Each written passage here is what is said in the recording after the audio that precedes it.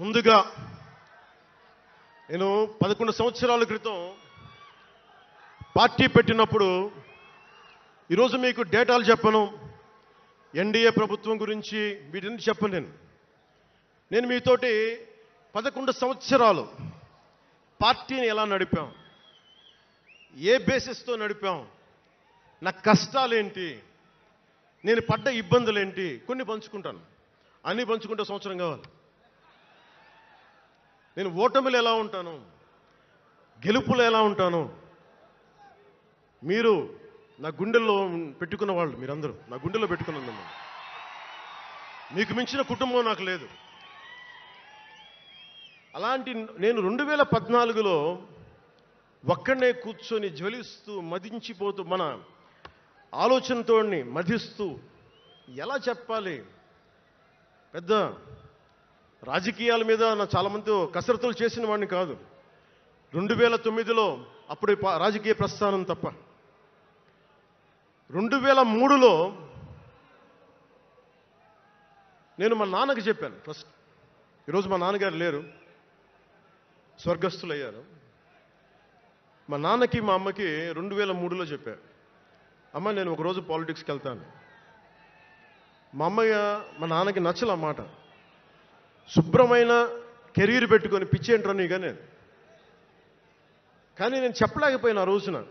నేను సినిమాలని దృష్టిలో పెట్టుకొని ఎదగలేదు, సమాజాన్ని దేశాన్ని దృష్టిలో పెట్టుకుని ఎదిగాను. సినిమా నాకు ఉపకరణం అయింది కానీ సినిమా నా జీవితం కాలం.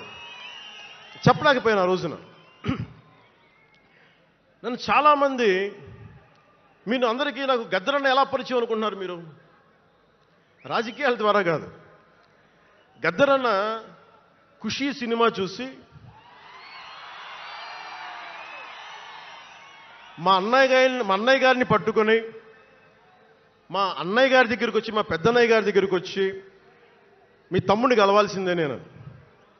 మా అన్నయ్య ఫోన్ చేశారు, అని నేను గద్దర్ గారు కలుస్తారంటాను. నాకు గద్దర్ గారు అంటే ఇష్టం చిన్నప్పటి నుంచి, మా నాగబాబు గారి దయ వల్ల. సరే కలిస్తే ఆయన ఎంత క్షుణ్ణంగా ఆయన పరిస్థితి చెప్పాడంటే, అరే నువ్వు దేశం కోసం సమాజం కోసం ఆలోచించేవాడివి. నీ ఏ మేరా జహా అనే పాటలో నువ్వు భరతమాతని సంఖ్యలలో బంధించి పెట్టావు కదా, నీ భావం నాకు అర్థమైందిరా అన్నాడు. నువ్వంటే నాకు ఇష్టం రా తమ్మి అని చెప్పి ఆ రోజు నుంచి మాకు స్నేహం. అది నాకు అన్నా తమ్ముడ బంధం అయిందని ఆయన చనిపోయేలోపు. అలాగే 2006లో నేను విపరీతంగా ఒక పిహెచ్డి కోసం ఒక స్కాలర్ ఎలా చదువుతాడో పుస్తకాల మధ్యలో సినిమాలు చేశాను. అందుకే నా సినిమాలు మీకు నచ్చి ఉండకపోవచ్చు ఆ రోజున. కానీ నా జ్వలనాన్ని ఎక్కడో ఢిల్లీలో కూర్చొని ఒక్కళ్ళు, ఢిల్లీ యూనివర్సిటీలో పనిచేసే ఒక ప్రొఫెసర్, ప్రకాశం జిల్లాకు చెందిన వ్యక్తి, నాకు తెలియదు ఆయన ప్రకాశం జిల్లా వ్యక్తి. నా రోజున ఆయన వచ్చి మిమ్మల్ని కలవాలని చెప్పి ఒక నెల రోజులు నా వెంట పడితే ఆయన కలిశారు. ఆయన వచ్చి నన్ను ఒకే ఒక మాట అడిగారు 2006లో, మీరు రాజకీయాల్లోకి వస్తారా? బహుజన సిద్ధాంతం మేము ముందుకెళ్తాం. చాలామంది అడిగి నన్ను పంపించారు, మీరు సంసిద్ధం అంటే నేను మాట్లాడతాను, నేను కదుపుతానంటే. ఆ రోజున నాకు ఇంకా మెచ్యూరిటీ లేదు. ఒక కుటుంబాన్ని నడపడానికే చాలా శ్రమ పడాలి. ఒక కుటుంబాన్ని ఏకతాటిపైన తీసుకురావాలంటే నేను కష్టపడాలి. ఒక సినిమా చేయాలంటే నేను ఇంత కష్టపడాలి. ఇన్ని కోట్ల మందికి సంబంధించిన జీవితాన్ని ఒక భావంతో కట్టిపడేయాలంటే నాకు ఇంకా అంత మెచ్యూరిటీ లేదు. మెచ్యూరిటీ వచ్చిన రోజున మీకు తెలియజేస్తానని చెప్పాను. ఆ వ్యక్తి అప్పటి నుంచి ఇప్పటిదాకా అరుదుగా అప్పుడప్పుడు కలుస్తూ ఉంటాను.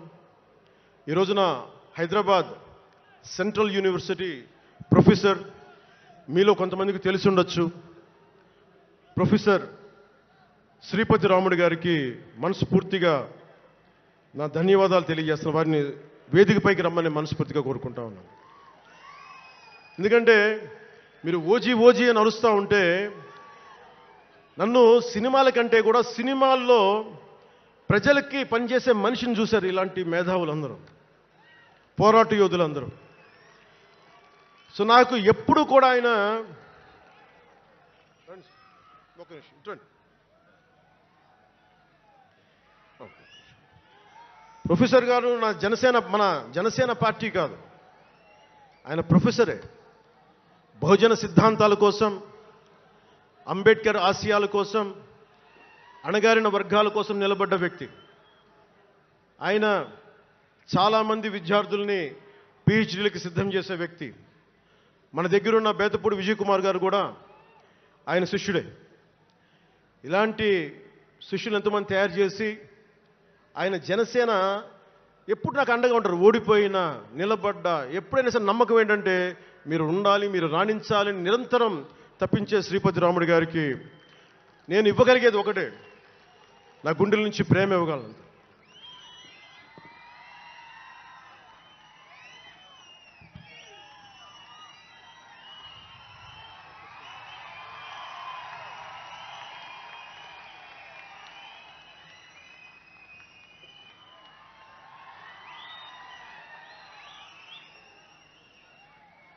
అంటే కృతజ్ఞత అనేది ఎంత అవసరం, గుర్తింపు ఎంత అవసరం అంటే మనం ఏదో అయినప్పుడు కాదు, ఏవి అవ్వనప్పుడు మనం వెంట నిలబడాల్సింది.